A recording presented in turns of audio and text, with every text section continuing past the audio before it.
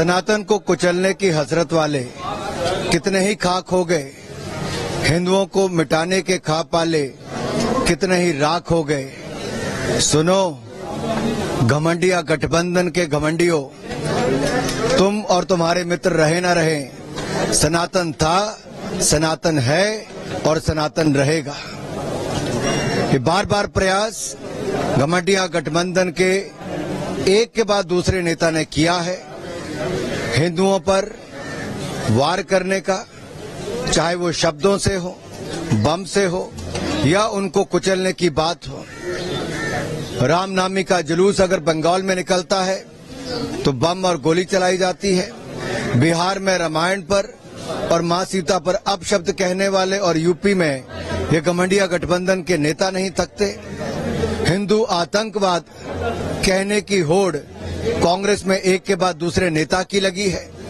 आखिर इनकी मंशा और मानसिकता क्या है?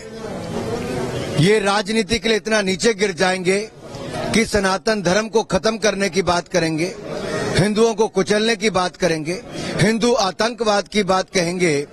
ये दिखाता है कि ये ध्रुवीकरण करके राजनीतिक लाभ उठाना चाहते हैं, लेकिन देश की जनता इनका असली चेहरा जानती है, इनको सही ठिकाने पर पहुंचाएगी।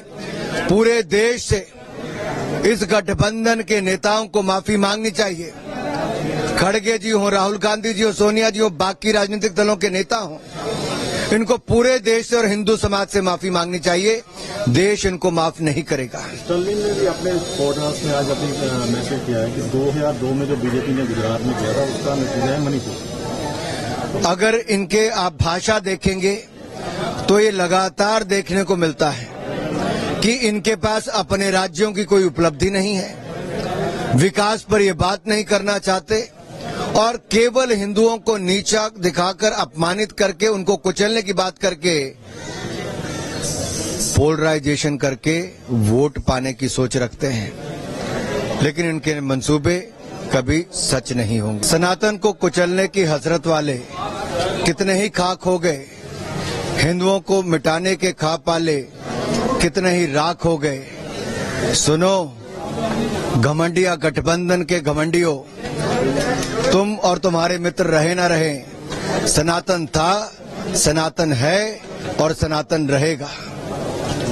ये बार बार प्रयास घमंडिया गठबंधन के एक के बाद दूसरे नेता ने किया है हिंदुओं पर वार करने का, चाहे वो शब्दों से हो, बम से हो या उनको कुचलने की बात हो।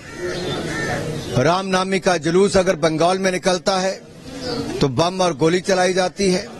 बिहार में रामायण पर और मां सीता पर अपशब्द कहने वाले और यूपी में ये घमंडिया गठबंधन के नेता नहीं थकते।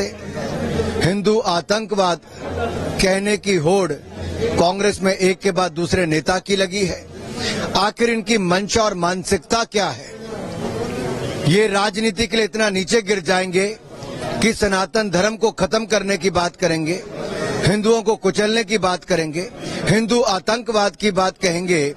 ये दिखाता है कि ये ध्रुवीकरण करके राजनीतिक लाभ उठाना चाहते हैं, लेकिन देश की जनता इनका असली चेहरा जानती है, इनको सही ठिकाने पर पहुंचाएगी। पूरे देश से इस गठबंधन के नेताओं को माफी मांगनी चाहिए। खड़गे जी हो, राहुल गांधी जी हो, सोनिया जी हो, बाकी राजनीतिक दलों के नेता हो, इनको पूरे देश से और हिंदू समाज से माफी मांगनी चाहिए। देश इनको माफ नहीं करेगा। स्टर्लिन ने भी अपने पॉडकास्ट में आज अपनी मैसेज किया है कि 2002 में जो बीजेपी ने गुजरात में किया था उसका नतीजा है मणिपुर। अगर इनके आप भाषा देखेंगे तो ये लगातार देखने को मिलता है कि इनके पास अपने राज्यों की कोई उपलब्धि नहीं है, विकास पर ये बात नहीं करना चाहते और केवल हिंदुओं को नीचा दिखाकर, अपमानित करके, उनको कुचलने की बात करके, पोलराइजेशन करके वोट पाने की सोच रखते हैं। लेकिन इनके मंसूबे कभी सच नहीं होंगे।